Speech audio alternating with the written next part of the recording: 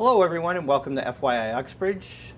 This is a program about people, places, and events that are happening here in our town of Uxbridge. I'm your host Barry Giles, the station manager for Uxbridge Community Television.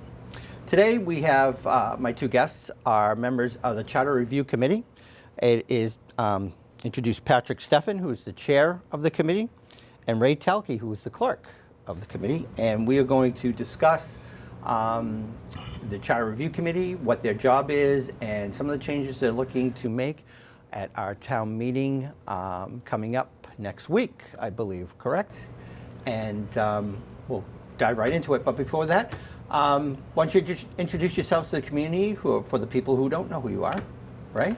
Okay, I'm Ray Talke. I'm serving this year as the clerk of the Charter Review Committee.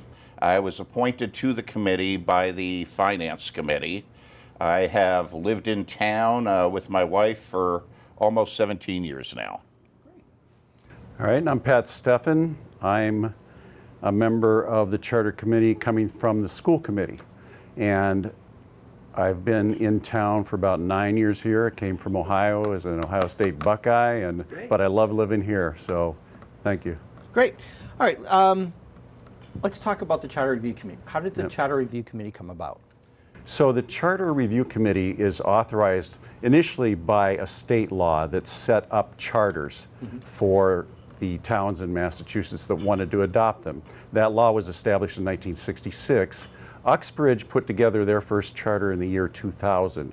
And it essentially is the constitution of the town in setting up form government and the items of town government that the state law will allow. The state still has a lot of authority, obviously, over everything that's going on, but they have carved out this set of state government related to local government and how they work together, letting the local government do certain things through the authority of the charter. Great. And every 10 years, I believe, they put together the Charter Review Committee to review the charter, to make updates as needed in regards to that. And this is where we bring Article 17 that's coming into town meeting. The committee has been meeting numerous times over the past few months, and you guys have gone through the charter and have come up with some changes that you'd like to see made. So let's dive right into that. So let's talk about what you're looking to change and what people should expect for town meeting at Article 17. Right. So behind that, let's say the last time the charter was changed was 2011 and 2012 timeframe. There was a committee then, they went to a fall town meeting and had their charter accepted as a change to the 2000 original charter that was there. So as far as we're concerned, we went through the entire document over 30 meetings with interviews and deliberations ourselves on what needed to be tweaked a little bit in the town. And we tweaked various things, which started out with the name of the article itself, amend the charter. So the first article will include a motion that asks to amend the charter through an act of the state legislature.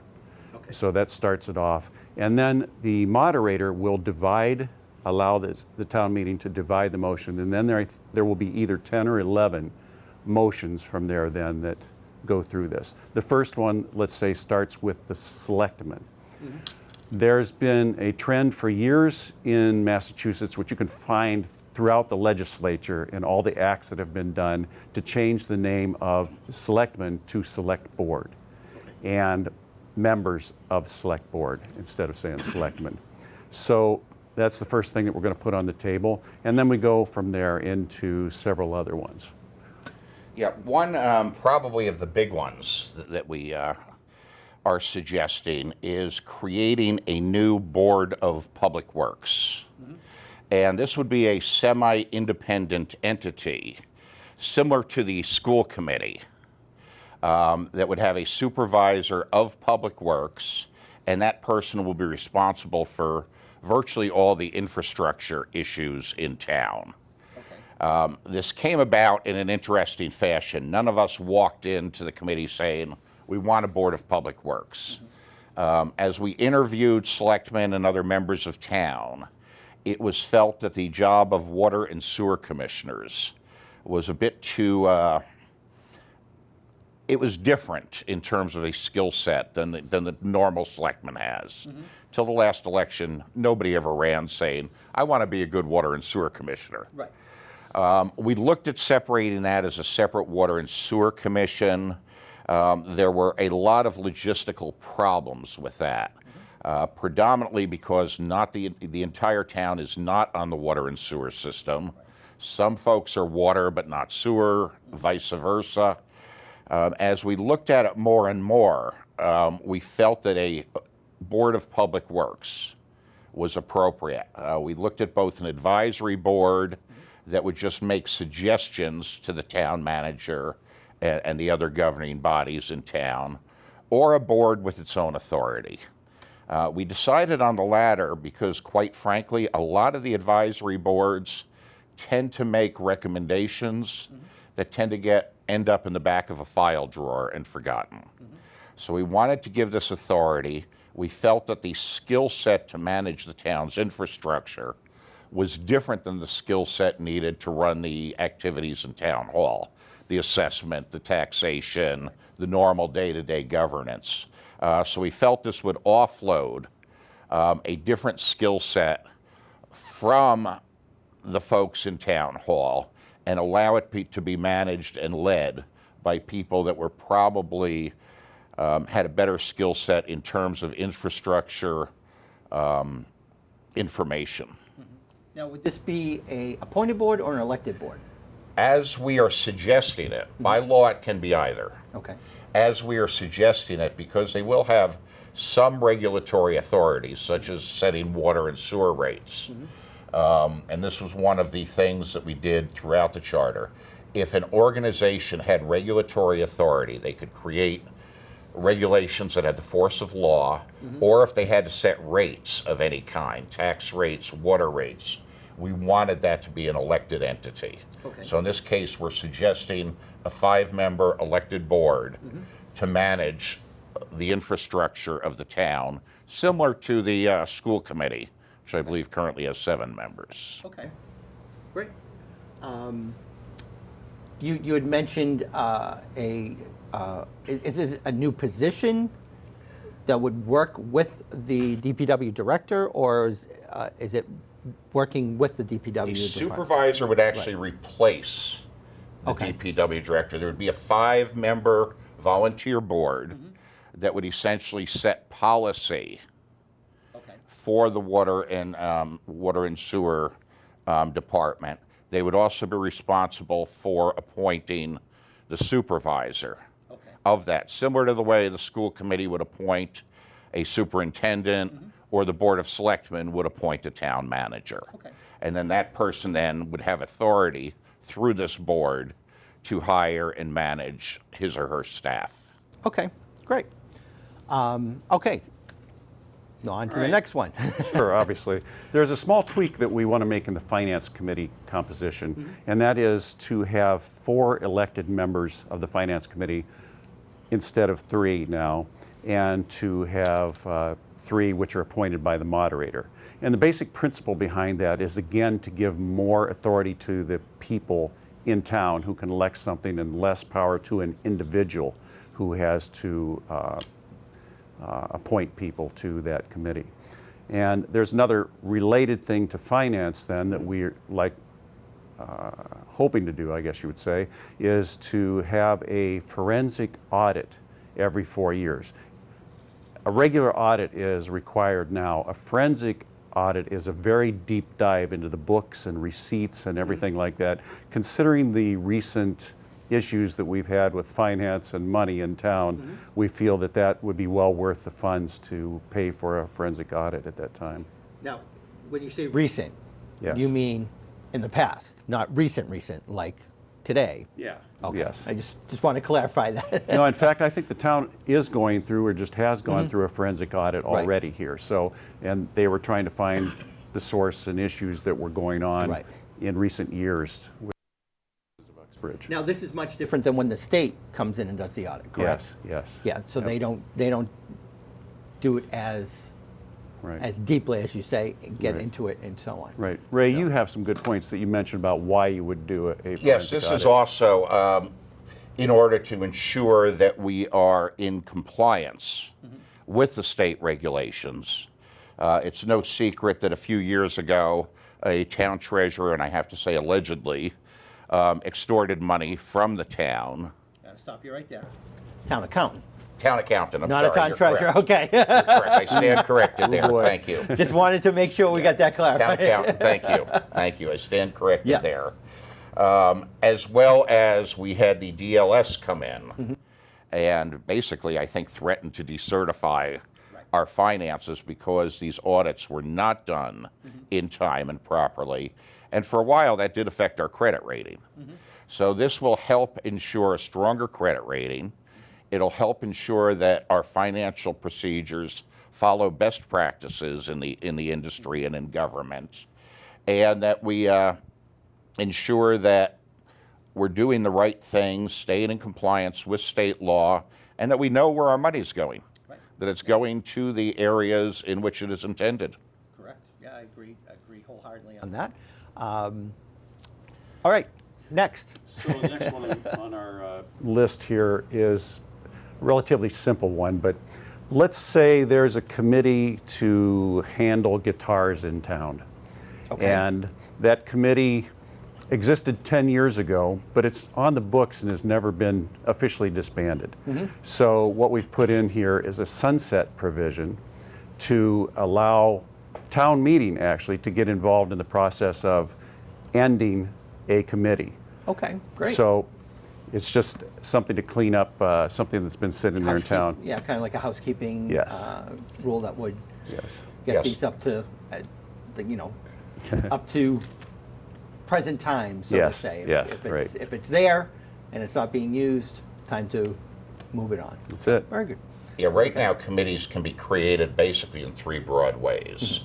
One is by embedding it in the charter, and the charter does list, I should say, multi-member boards, because they can be committees, boards, commissions, all similar in function, just different names. But committees can be embedded in the charter, which are permanent committees, usually required by state law. Other committees are embedded in our bylaws, which again are committees we expect to be more or less permanent. They may disband at some point in the future, but generally those are permanent committees.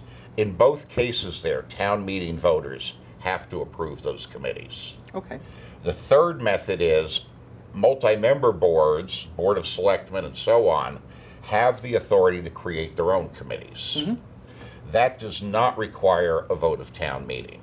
Okay. So they can do that more or less unilaterally. Now, those committees often are to meet a specific need at a specific point in time. Right.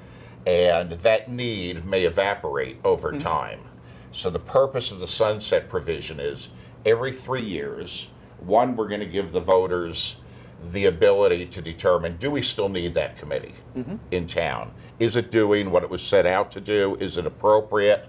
And the other is to identify what I call orphan committees that are no longer really being used. There's no one on them, and they've outlived their usefulness in town. Okay. So basically, yes, it is house cleaning. It is also designed to give the town voters a say. Are these committees still performing their job? And these are committees that are not embedded in the charter and bylaws, which have already been approved by voters. Okay. Great. All right, so another one that we're going to have fun with at town meeting is one paragraph that's been put in about censure. And we see sometimes that a certain senator or a House member has been censured by their peers. Right. We're putting something in here because we've heard so many times over the years that the town charter is not being followed. Okay. And it turns out nobody can get arrested, nobody's going to get a slap on the wrist, there's going to be nothing if somebody ignores what the charter tells the town to do. Right. So we've sort of completed the loop here by putting this censure provision in there that allows the town, through a certain procedure, to mention at town meeting that they would like to censure a multi-member body. It's not an individual, Okay. it's a body. And so, Ray, you might want to talk a little bit more about that. Yes, there have been issues probably at every town meeting since I've moved to town, and that's been almost 17 years, where somebody gets up and says, someone is not following the charter.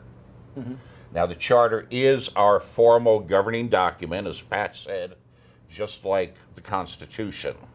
Also, anyone that takes a position in town swears or affirms an oath that they will follow the charter.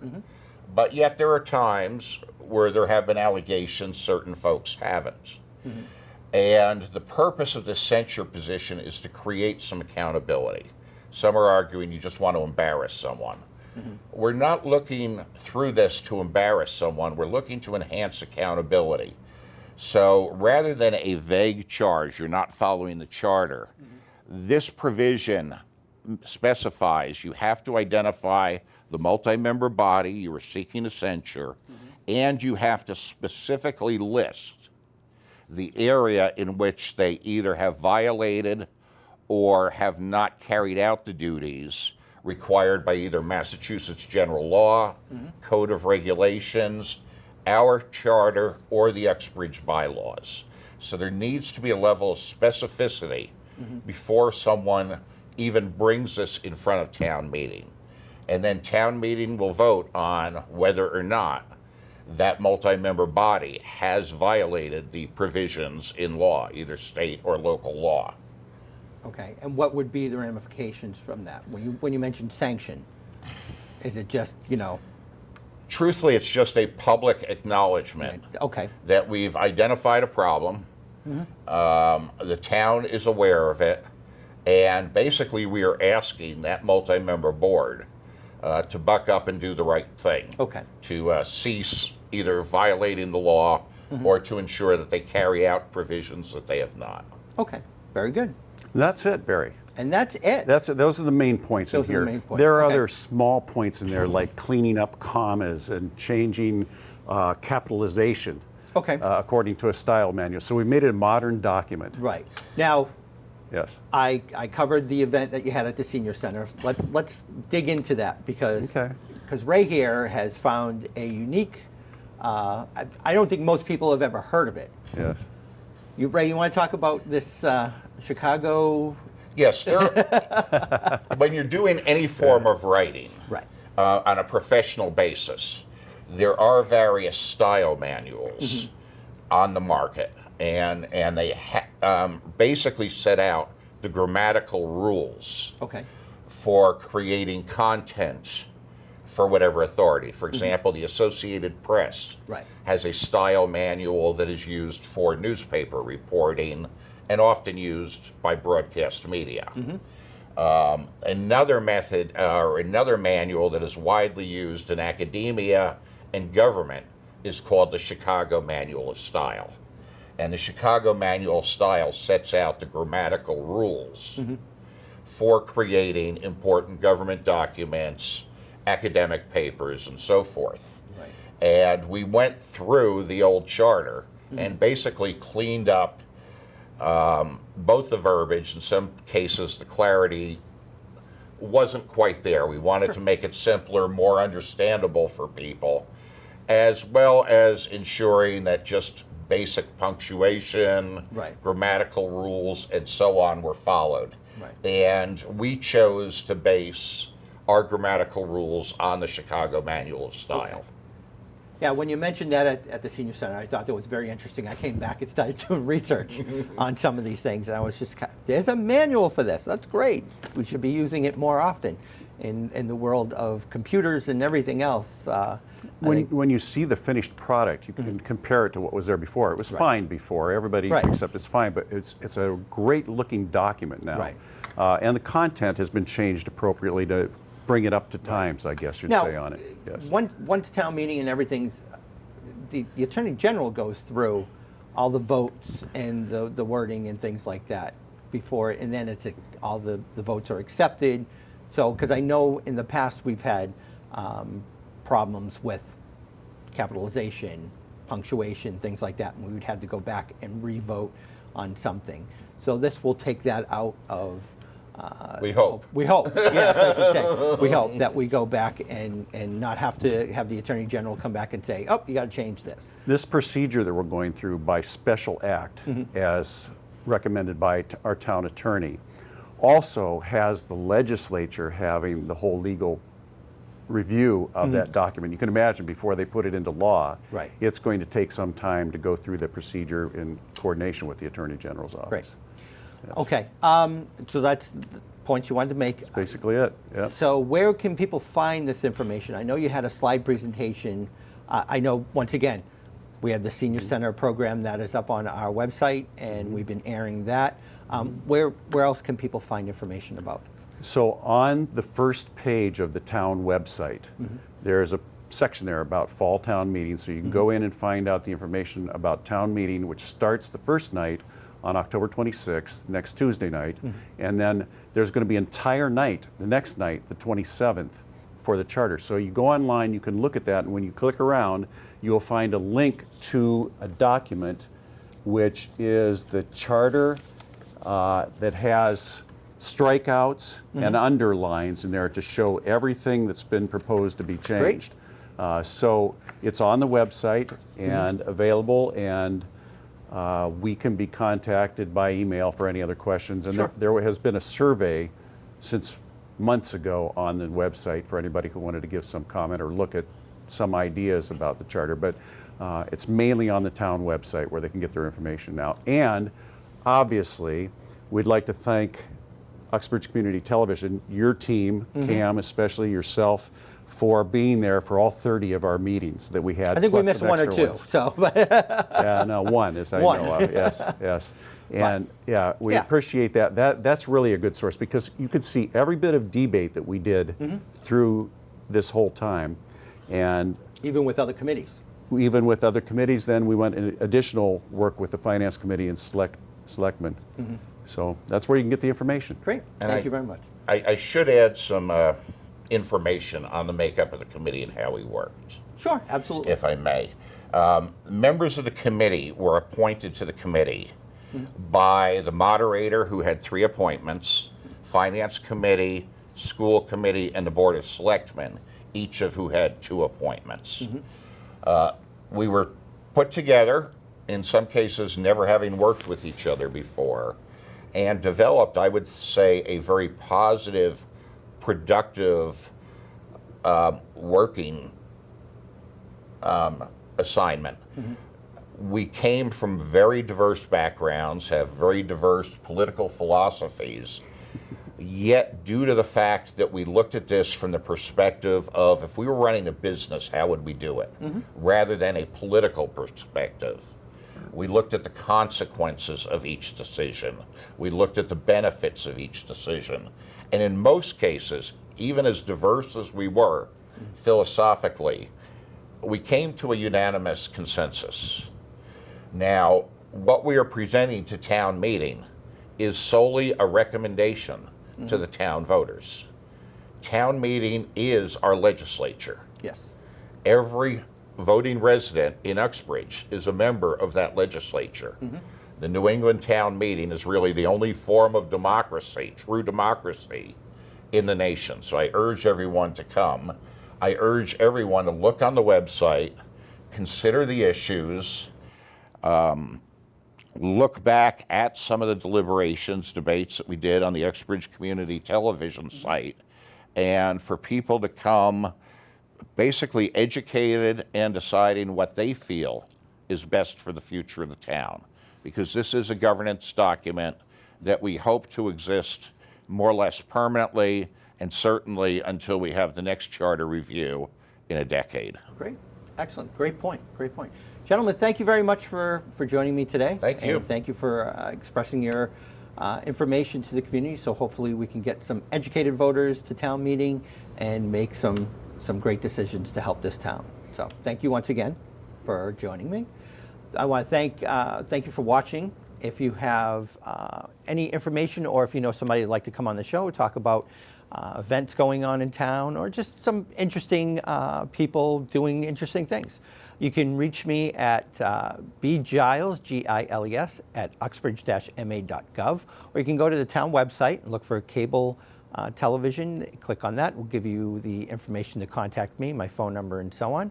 And once again, the gentleman had mentioned if you want to see any of the meetings that we had covered, Uxbridge Community TV covered, in regards to this and other issues pertaining to town meeting coming up next week, you can go to uxbridgetv.org and go to our archives, and you can review some of the meetings to get some information to make an educated vote at town meetings. Thank you again for watching.